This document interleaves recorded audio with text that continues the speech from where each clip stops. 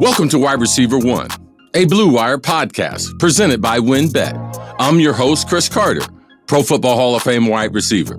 And today I'm talking to Washington football team rising star Terry McLaurin, former Buckeye. The Indianapolis native was a third-round draft pick for the Washington football team in the 2019 NFL Draft from, as I mentioned, The Ohio State. Terry made an immediate impression once he hit the field with the team. He racked up over 2,000 yards, 145 receptions, 11 touchdowns in his first two seasons. That's all he does is score touchdowns too.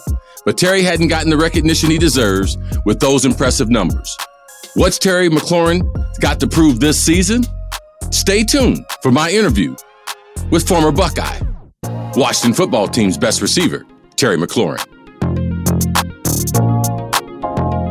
Welcome to Wide Receiver One, a Blue Wire podcast presented by WinBet. I'm your host, Chris Carter, Pro Football Hall of Fame wide receiver.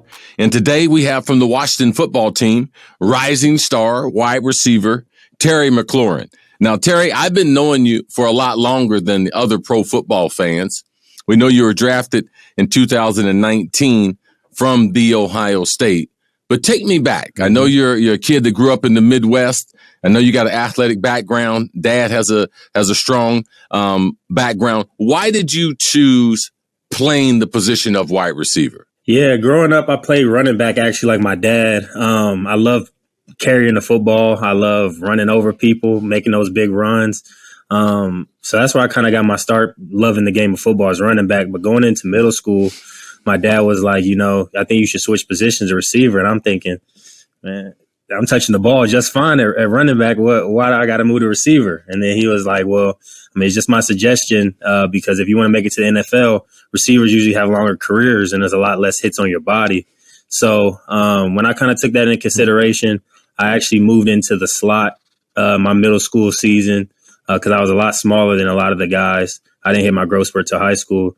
And then it kind of just took over from there. But I love receiver because the way you could change the game is almost even more dynamic than running backs at times. You've had to be very, very patient because I would call you a late bloomer. Even in high school, you got most of your big-time offers with Ohio State, I know came late in your senior season before you were able to commit there. And then even at Ohio State, playing behind a bunch of five-star recruits and a bunch of NFL players, what would it say about your patience to work on your craft and to become the player that you have? Yeah, that's a great question because I had to exude a lot of patience throughout my career. Going into high school, I wasn't the guy right away.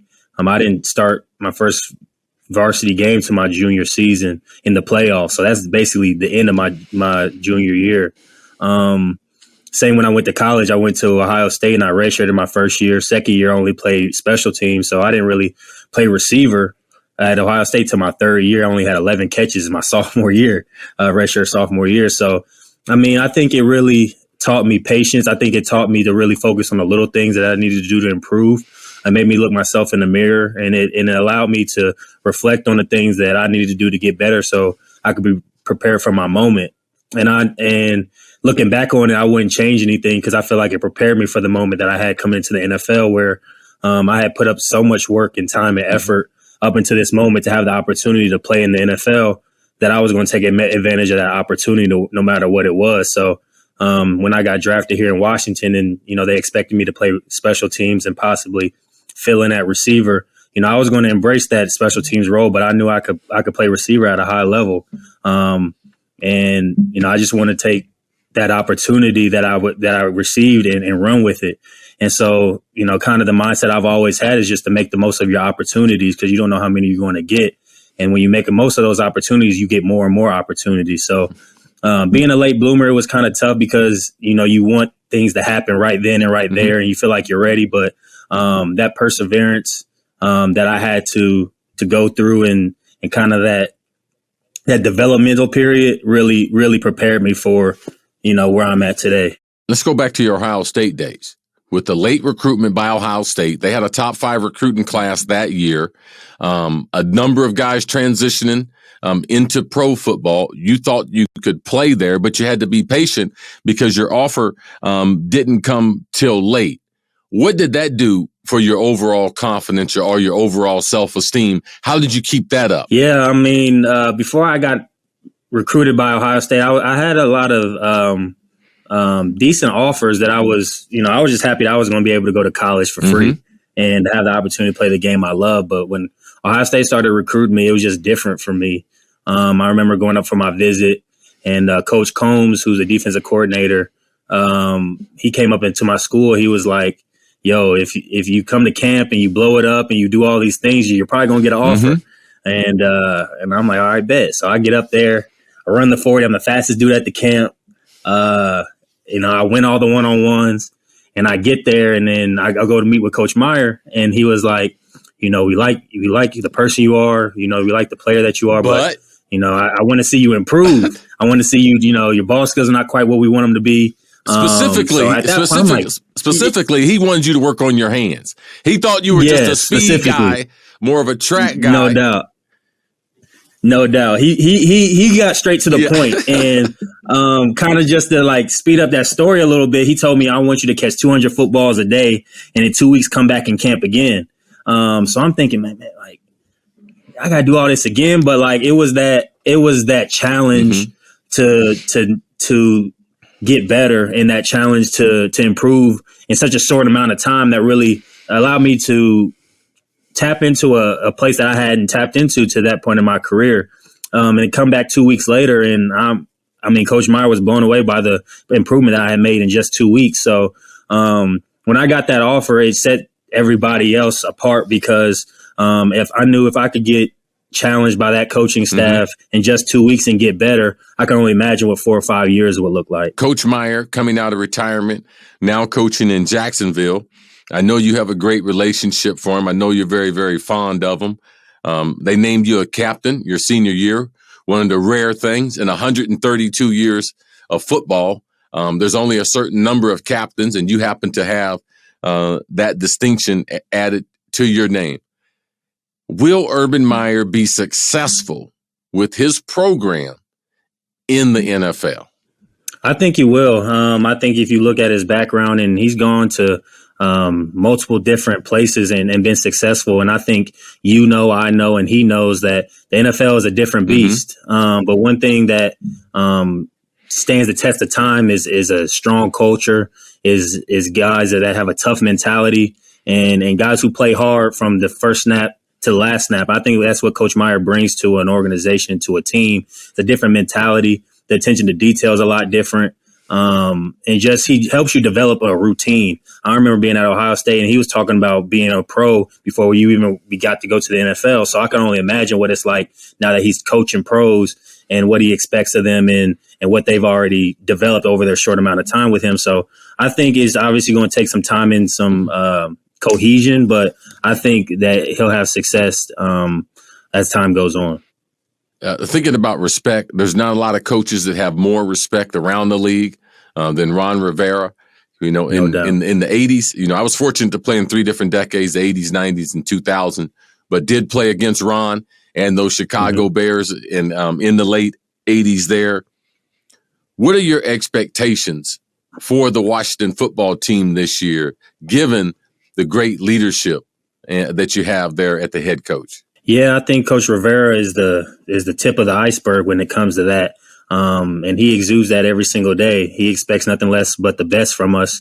And, whether you're doing good or you're doing bad, you're gonna know when it comes to Coach Rivera. Is that clarity that he brings to this building, that everybody has to uphold to a certain standard. And I think that makes it really easy for everybody to appreciate what's going on and what's expected day in and day out. As far as how I expect this season to go, I just think we got to start from the bottom and build back up. I think it's easy to hang our hat on. We had a strong defense. We made the playoffs when people didn't expect us to. We won the division, but I feel like you got to start from the ground up if you want to be successful and try to improve from the things last year. I know from an offensive standpoint, we got a lot of new faces, and we're just trying to continue to get a rhythm and mesh during this preseason and this preseason time, so we can be ready for week 1. And going into week 1 and throughout this course of the season, I just hope that we get off to a fast start, because sometimes we struggle with that. And and just continue to finish drives and finish plays. You mentioned some familiar faces, and there's none around the league more familiar with the beard than Fitzmagic. And working with him this offseason, what have you seen from Fitzmagic? What's he going to bring to the passing game? Because everywhere he goes, good things have happened. Yeah, I like playing with Fitz a lot, just from the simple standpoint of the confidence that he brings to an offense, a group of guys that he has the utmost faith and belief in, that he's going to give you opportunities to make plays down the field. He's going to put you in the right place to be successful. And he likes to have fun doing it. And I think you never are panicking when Fitz is in there playing quarterback. So far throughout the preseason and camp, we've had good plays. We've had bad plays. But I think he's done a really good job of keeping things even keel. And but also there's a attention to detail and there's assertiveness that he brings that that what we need to get done. So especially like those third downs, those situational football scenarios that we go through the preseason, he's very, very detail oriented when it comes to those situations, and I think that's going to bode well for us come season time. I remember meeting you at Ohio State and talking to the wide receiver coaches and the people around the team, and they always talked about you were mature beyond your years. You had a faith that was consistent, especially for a young person. But you love the game of football, and you're always trying to develop. You're in your third year in the NFL. People say between year 1 and 2, that's your biggest years of development. But some people don't make it to year 3. I believe that right. Year 3 is really the step out type of season. Given you've been already over 1,000 yards one season, you got over 2,000 for a career in just 2 short seasons, 11 touchdowns. Give me some numbers and expectations, what we should as football fans, and I'm a fantasy football owner. What kind of numbers should I expect from Scary Terry? It's hard for me to predict because each season is so different. We got a new quarterback, and obviously that could be different. But, I still expect myself to put up really solid numbers. Most importantly, I want to stay healthy and play throughout this whole season. I haven't been able to do that yet in my first few years.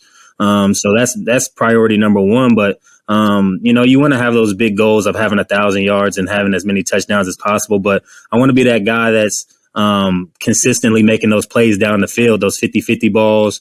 I want those to kind of be more 60-40, 80-20. You know what I mean? Like where Fitz has no doubt in his mind that the ball is going to come down in 17's hands or nobody else. So I just want to bring that dominance to the outside position and play wide receiver. I want to be able to be versatile and move in the slot and do whatever is asked of me in this offense. And just kind of be like that guy. Everybody knows where the ball is going and you still make the play. I think that's what separates the good from the great receivers, the guys that could do it down in, down out, game in, game out. And you make the big plays when you need them most. You've always been underrated, always someone ranked ahead of you, receivers drafted in front of you. No doubt. And typically, and I look at articles and everything, they start talking about the young group of receivers in the NFL. People, they talking about DK Metcalf, A.J. Brown. As far as that third year, they should be mentioning you. Right. How do you keep that fire burning and that chip on your shoulder that you've had on your shoulder since you were a teenager? Well, I think there's nothing new for me. You know what I mean? Like, I've never really been the guy that everybody talks about, which that doesn't bother me at all. I've never really looked at lists or rankings for validation or the lack thereof validation, so I just go in there and work, try to be the best person I could be the best leader I could be, and to be the best player. And, talking never wins the game. So that's why I never really get in the back and forths and with people online or just whatever. I'm on my own journey. I'm in my own lane. And if I can continue to get better, I feel like I'll be right where I need to be. But I've never really needed the recognition, nor have I ever really had it. So it's nothing really new for me. But I have confidence in my ability. I know my teammates have confidence in my ability. I'm just going to continue to be myself and continue to improve. But it's cool to be a part of such a great group of receivers in the league nowadays. Just got so many different talented guys, and but it doesn't really bother me that I'm not really in that talk. I'm just going to see what happens on Sundays. I know this offseason you spent some time with the guy who really was way under the radar, Doug Baldwin, former Seattle Seahawk wide receiver, ended up having a great career. Yeah.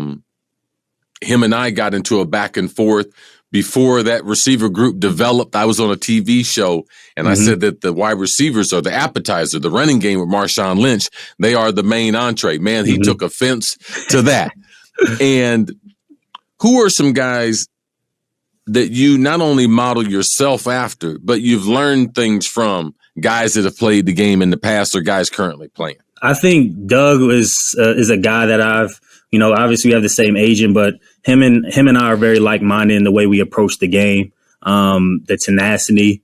We may be a little quiet, but our actions speak louder than our words. We need some quiet receivers, though, man. Yeah, but best believe, I think what Doug and I have in common is, we're not going to back down. At the same time, we may be quiet, but we're not going to back down from anybody. And I think he's been a great mentor for me because of what he brought to the game at the receiver position from a toughness standpoint, from his releases, from his mindset, the way he attacked the game. I got to connect with him over the offseason, and I went out to Seattle and we got some work in, and he really helped me with the mentality of how to approach route running, releases especially. That was kind of what I really wanted to emphasize on this offseason. And he's a man of faith as well, which that we share that in common, and a lot of our journey in life is a lot similar, but the faith that we share is kind of something that also helps us both being believers, and just a mentor, that a guy who's been where I wanted to go, Pro Bowls, Super Bowls.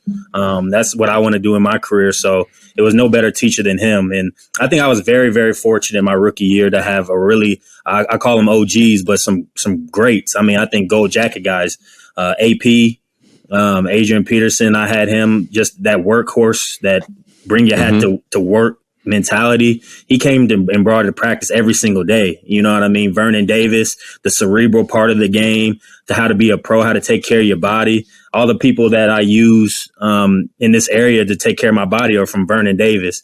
And, my receiver coach at the time, Ike Hillier, who played in the NFL as well, really helped me with the receiver position and how to attack playing this game and having the confidence to do it. So I was very fortunate my first year to have such great mentors, guys that I still try to keep in contact with time to time, that really have helped me up until this point. What have you done physically this off season to kind of get your body? You talked about not being able to maintain your health throughout the seasons. I played 16 seasons. I think 13 of the 16 seasons, I played 15 games. So it becomes one of the hallmark traditions of, being good is being available. Most definitely. What have you done this off season so that you can reap the benefits come November, December? Yeah, I mean, I think first and foremost was just my, at the end of the season, I was kind of beat up just from, the wear and tear of the season. I had 2 high ankle sprains. So my first objective was to kind of just get those under control, get the strength back, get the mobility back. And a lot of the things that I was doing in the off season in Indianapolis where I was training was with, the physical therapist that was really helping me get where I needed to be functionality wise so I could start building my strength back up. And, I got to repping, 355 on back squats and 255 8 times on bench. You know what I mean? I've always been a very big believer. Mickey Marotti from Ohio State, he's big on being strong no matter what position you are. And it goes a long way playing receiver and being durable. Your body has to be able to take that stress, that pounding, especially for 17 games now. So I took great pride in that. I got with our nutritionist, Jake, here and try to get some supplements that really help, my soft tissue muscles and my vitamin D, my bones and things like that. Just little things that I could do to help keep my body weight up during the course of the season. I'm basically trying to, put stuff in the bank right now. So when the season comes by, week 12, I'm still 208 pounds and running fast and strong and not have any ailments. So I think this off season was to recover, but also, get some things in my body and build up some durability. What should we be looking for 2021 season, the Washington football team? Been through a lot of controversy. Yeah. Off the field, especially last year. Right. On the field, as far as players, the availability of the quarterbacks, the Alex Smith story. Now, Alex is going. What should we expect from a football standpoint of the team that plays in Washington? I think first two things that come to my mind are hunger and toughness. I think it's been a really tough off season for us. I think preseason has been tough. We've been going at each other nonstop, and we're very hungry. I don't think it's crazy. You wouldn't even think that we made the playoffs last year the way we're walking around the building, because it just felt like, it was, it's nice to make it, but you want to make some noise when you get there. And, people want to, make predictions here and there, but we don't really sit and relish in that, what we did last year. I think we're very hungry to show what we can do this year, to show that we're a complete team, not just offense, not just defense. But we're a complete team that's going to be tough and play for 4 quarters. I think if we could have faster starts than we did last year and finish games stronger, then I think we were going to have a good chance to win a lot of football games. And I think we have a lot more depth than we did, obviously, too. So I'm really looking forward to the additions that we have and the guys that we have coming back, and looking forward to a fun season. Terry, thanks for joining me. I greatly appreciate it. I'm not going to forget the story. I remember you were drafted, and you had gone to mini camp, and I think you were in New York City. I was there doing a show, and you and I just happened to bump into each other. And I asked you, how did mini camp go? And you're like, it was pretty good. And I was like, what do you think about the speed and everything? And you told me immediately. You looked right at me and you said, I'm going to be starting there. Yeah. Now, I know that they thought you were going to be a special teams player like at Ohio State. But you told me immediately, I'm going to be a starter. And I believe you. And you went there and became a starter. Now going into your 3rd year, you'll be a 3rd-year starter. I hope football fans become a lot more familiar with Terry McLaurin, because I've been familiar with him the last several years because he's a Buckeye. But good luck to you and the Washington as you guys power through the 2021 season, and stay healthy. And God bless you, bro. Appreciate you, CC. It's always love, man. Buckeye love. Yes, sir. All right. Thank you, man.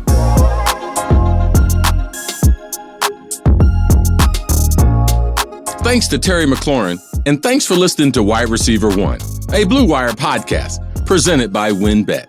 And don't forget to subscribe on Apple, Spotify, or wherever you get your podcasts. I'm Chris Carter. Catch you next week.